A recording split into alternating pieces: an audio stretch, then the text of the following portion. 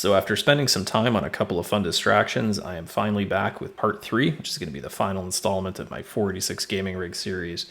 So although this took a lot longer than expected, still really excited to finally get a gaming system put together that's going to stay together, and today we're going to get it built. So if you didn't see the previous parts, be sure to check them out so you can learn more about all the components I'm going to use in this system and the testing that I did up to this point, and I'll put some links in the description below to those.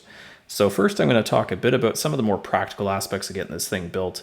We'll have a look at the case, the power supply, some cabling, and we'll check out the monitor, speakers, and peripherals. And the best part I'm going to save for last, we'll do some actual gaming on this thing, which I'm quite excited about. So stay tuned and let's get started. So I'm going to be using the AMD DX280 CPU for this build. Be sure to check out part 2 where I go into a lot more detail about my process I went through to figure out what CPU to use for this build. But this is a 5-volt part and probably one of the toastiest 5-volt CPUs you can get actually. And you can see it pretty clearly states it requires active cooling there. So the socket on my 486 board does have a couple of clips on either side. There's sort of a spring-based wire heatsink that can go on there, but I've never been able to find one, so I just have one of these clip-on heatsinks. They work well enough. And again, even though this is a toasty for 486 standards, it's not like modern CPUs. You really don't need thermal paste or anything like that. Just, the normal pressure fitting is good enough. You're probably going to see me struggle here a little bit trying to mount this thing, but basically you just sort of slide one corner underneath, and then you push these little tabs to clip it on. And the clips themselves are actually, they don't stick up much at all, so it doesn't affect the mounting. So the motherboard I'm using for this build doesn't have a battery on it at all, and it requires an external battery pack. Back in the day, you used to be able to just go out and buy what they used to call a computer clock battery for this purpose. But you can't really find those anymore, so I had to construct one of my own here. And I'm just using a very basic AAA battery holder, and I soldered a couple of leads here to a DuPont 4-pin connector on the other end. And most people just stick alkaline batteries in these, but I cringe every time I see that because they have a terrible reputation for leaking, and you really don't want them anywhere near your prized retro equipment, that's for sure. What I like to use instead are actually NIMH batteries. And yeah, NIMH are basically just your run-of-the-mill rechargeables, but I don't use them for their recharging feature, so to speak. I don't care about that at all. And in fact, most motherboards have diodes that prevent these from being charged anyway. So what I do like about them is, number one, NIMH batteries don't leak. So that's obviously one of the biggest pluses. But number two, they also have very good voltage stability. So they're 1.2 volts each. And they basically maintain that voltage when they're totally charged all the way until they're almost totally dead. Unlike alkaline batteries, which in fact can actually start out way too high when they're brand new. So it's not unusual to see 1.6 or 1.65 volt alkalines. And they just keep dropping their voltage as they're used all the way until they're dead. So you don't really get good predictable output from your battery pack with alkalines. Whereas with this one here with 3 1.2 volt batteries, you're going to get a steady 3.6 volts pretty much all the time. And 3.6 volts I think is a good number too, because most boards require somewhere in the range of 3.6 to 4.5 volts for these battery packs. If you're not sure what your board requires, 3.6 is usually pretty safe. Definitely check your motherboard manual if you're not sure. And on the other side of the pack here, I just have some Velcro just to attach it to the case. There's a spot just above the motherboard where I'm going to attach that. So one really iconic and awesome feature that you find in a lot of retro cases is the multi-segment display that displays the megahertz value of your CPU. It wasn't really terribly useful, but it was a really neat sort of thing that you used to see back in the day, and it actually allowed you to change the number too based on whether or not the turbo button was pressed. So you can see here that there's a huge mess of jumpers at the back, and these can be a real nightmare to configure if you don't have the proper documentation. I'm going to put a link in the description. There's a site called -0degrees.net that has a whole list of different models of this. Usually they'll have some kind of a model number. In this case, it's GK568. And you can look it up there and get a proper diagram so that it'll help you set this up. I'm going to get it configured, but I always like to take them out of the case in order to do that, just because it's a real pain if you're trying to, set, dozens of jumpers while it's still mounted. As you can see here, I have a variable power supply set to 5 volts, and it's just connected to the power pins on the module here. And I added a simple on-off switch here as well for the turbo switch, just to simulate when it's on and off. So you can see whoever set this up before, I'm assuming this should have said 33 megahertz. The turbo button's not pressed right now, but it looks like they missed a couple of segment jumpers there. It's not quite set up right. You can see when I press it, it does go to 66. So there was a DX266 in this case, so that makes sense there. So in my case, I'm going to make this say 80 when the turbo is pressed, and when it's not, I'll think of something creative to do with it. So after a lot of fiddling around, I finally got it set up correctly. So it says 80 megahertz when the turbo button is pressed, and when I remove it, it just says low. I was kind of hoping to actually make it say ice. I thought that would have been kind of cool, but the first segment, the one that's at the beginning, can only be lit in turbo mode. So when the turbo button's not pressed, you can't actually illuminate that. So, oh well, too bad, but I think that's pretty cool. And I think that's better than actually setting an arbitrary number there. So it's kind of neat to see an 80 megahertz display like this. I'm so used to seeing 66 or 33, so very different, that's for sure. So for the power supply in the system, I'm going to go with a generic 250 watt AT unit. So working AT power supplies from the 90s are actually getting pretty hard to find these days. There are a few companies that still make them, but they are pretty expensive. And because of that, a lot of people just go the ATX route instead. So you can use ATX power supplies with a simple ATX to P8, P9 AT adapter harness. But there's quite a few quirks and gotchas you've got to look out for. These old systems are very 5 volt heavy. They use very little power from the 12 volt rail, and they don't pull any 3.3 volt at all from the power supply.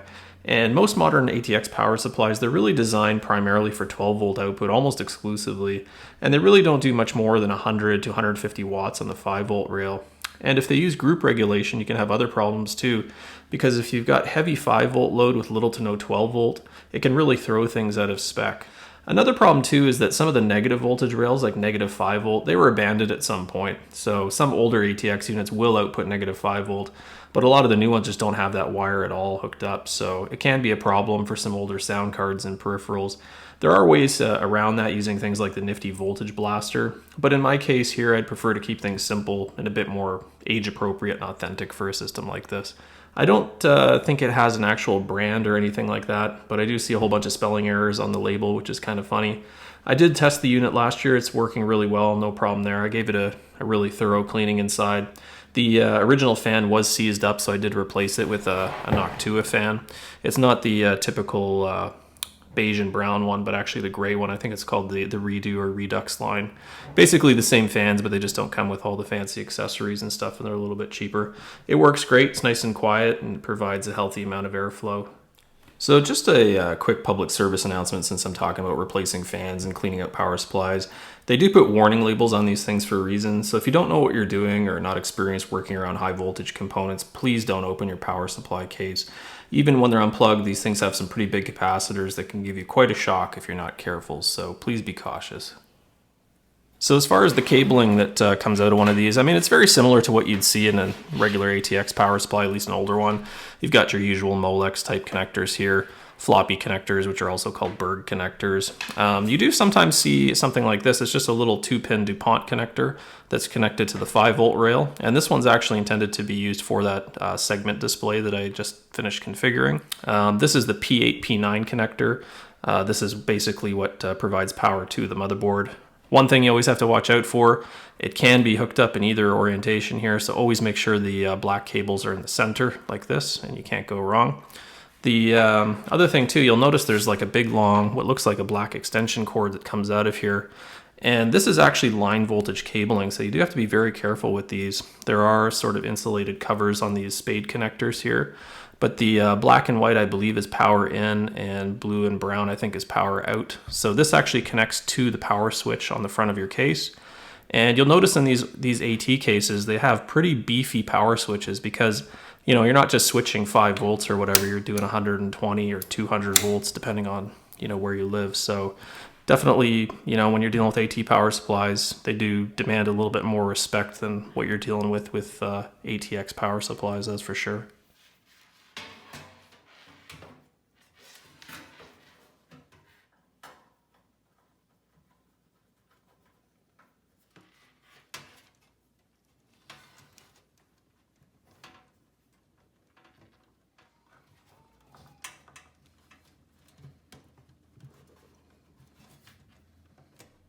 So when you're dealing with AT cases like this, one thing you have to keep in mind is that there's no big ATX I/O plate with all of your ports neatly there.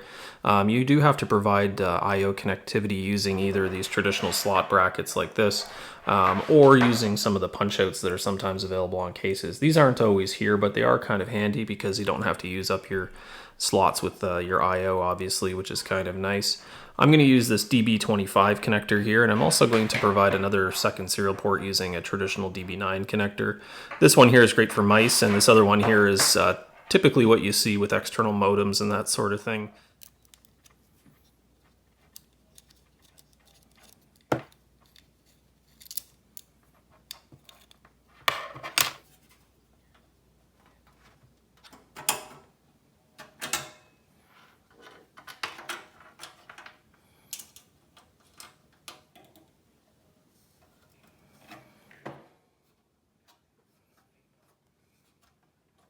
So one of the frustrating things when you're working on AT cases is that they really don't have solid mounting the way you find in most ATX cases, even older ones. The standards were not the same, and you'll find that boards like mine here are really what they call the baby AT standard. They're not full-size AT boards that are going to sort of reach all of the mounting locations inside of the case. So these boards do have, sort of a similar layout to ATX, at least, the first few holes that are in the center. But you'll find that these cases don't actually have brass standoffs in very many locations. So there's a few threaded holes in the back and a couple in the front. And if your board's not long enough to reach all of those, you'll find that the mount is kind of wobbly in here. And the reason for that is that you have to use these little plastic standoffs in most of the mounting locations.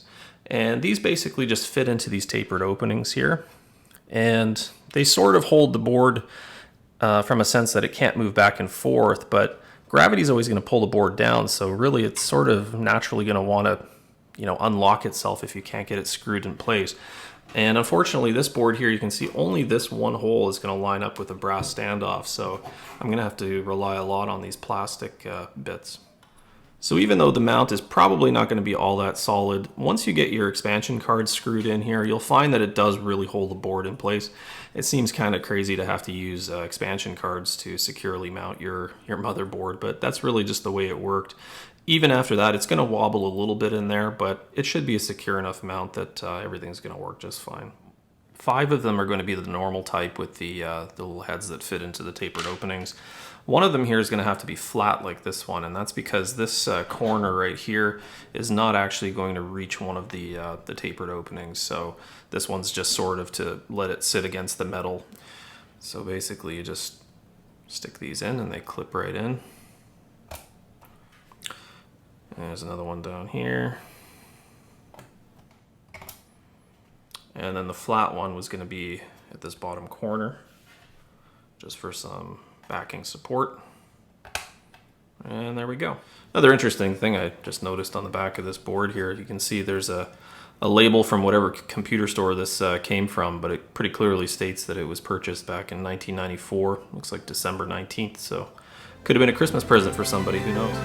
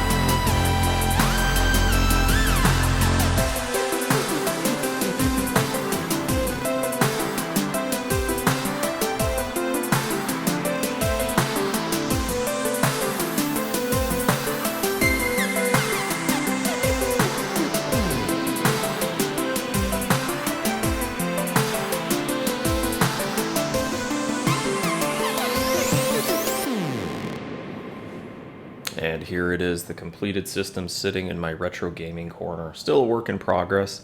This is actually just the corner of my work desk that has a little bit of spare space here, but I think it looks perfect here. A few different conflicting shades of beige, shall we say here, but I think it looks really authentic. Let's take a closer look at some of the peripherals here. So on the audio front here, I've got a few really nice pieces from Roland. So you can see at the bottom, I've got my Sound Canvas SC55 ST, which is basically just a beige version of the SC55 that's trimmed down for computer music use. I really love the way this thing sounds, and check out part 1 if you'd like to learn a little bit more about it. But on the top here, this was a recent purchase I made. It came all the way from Japan, and this is the Roland MX5 4-channel mixer. And these things are really handy if you have multiple audio channels coming out of your PC. In my case, I've got the Pro Audio Spectrum card, I've got the SC55 outputting music, and I've also got the option for wavetable output from the PC MIDI card. So there's a few things. Eventually, I'd also like to use my Mr. FPGA setup on this CRT and pair of speakers as well, so I'll use another channel for that. But the great thing about this is you can, have individual volume control on each of the channels. There's sensitivity adjustment you can do as well. And it also has audio out for recording, dedicated headphone output with its own volume control here as well. And the size and aesthetic of it is just perfect. It matches the SC55 ST perfectly. And I think it just looks really, really great on a retro computer desk here like this. So for speakers, I'm using a really great pair of Roland MA8s. So these are micro monitors that came out back in the early 90s. Very, very iconic, especially with the Roland logo across the speaker grill here. I think they look really awesome. They have that nice classic beige aesthetic here, and great sounding too. I mean, they have great lows, great highs. They play really loud. They have, very solid build quality. Even though they're plastic, they're pretty hefty. They don't have a power adapter. There's an AC power supply inside, so you just have a normal pronged plug that comes out for power, which is also convenient. Great features too. I mean, if you don't have a mixer, it does have more than one audio input. There's 2 inputs on the back, I think a 3.5 and an RCA input, and there's also a mic input on the front with independent volume control there, so really handy. And of course, you can also hook up your headphones directly to them. Another neat piece that, no 486 would be without is a regular dial-up modem here. So I've got a Supra 14.4 fax modem. This is an external model. It's got a really nifty little display here that gives you status messages. I really like the look of this thing, and hopefully I'll get a line set up soon that I can actually use it. So looking forward to that as well. So for input devices here, I've got a digital keyboard. Really nothing too special. It's not a mechanical or anything like that, but it's one that I've gotten used to over many years. And it's got a nice feel to it for gaming, and I think it'll work just fine for this build here. It's a little worn out, probably needs a good cleaning, but I'll get to that at some point. For a mouse, I've just got a 2-button Microsoft mouse here. It is a serial ball mouse. It's unfortunate that this system doesn't have a PS2 port, so I can't use an older optical mouse.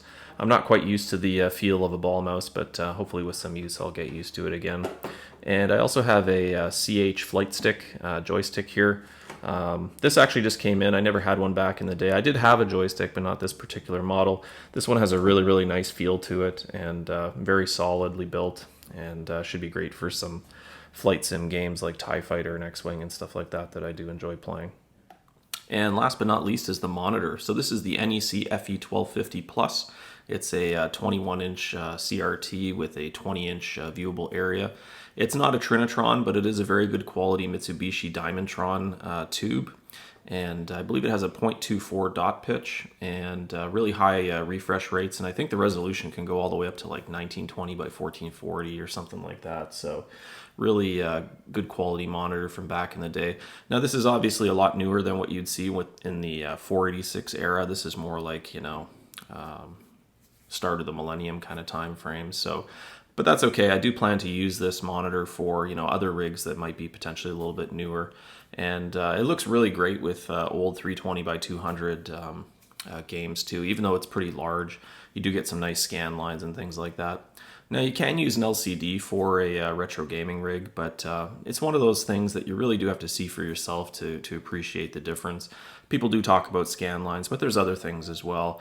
If you play a dark game like Doom or Quake, there really is no comparison. I mean, if you put the two side by side, you'll find the CRT gives you a much darker kind of immersive experience. So a lot of these games were just simply made for CRTs. So I mean, if you want to see it the way it was meant to be played, you really do need a monitor like this. So I'm really happy to have this one. Just an interesting side story. I used this monitor for several years when I got it. Then I actually held out quite a bit in getting an LCD, but when I did get my first LCD, I gave this monitor to my brother-in-law, and he's the type of person that kind of hangs on to everything for a long time. And recently I asked him if he had any CRT monitors lying around, and he said, "Hey, I got that one you gave me way back when." So I was really happy that he was able to give it back to me, and we were reunited, so to speak. But from a functional perspective, it works wonderfully. Really, really nice color and picture quality, and I'm really happy to have it in this setup.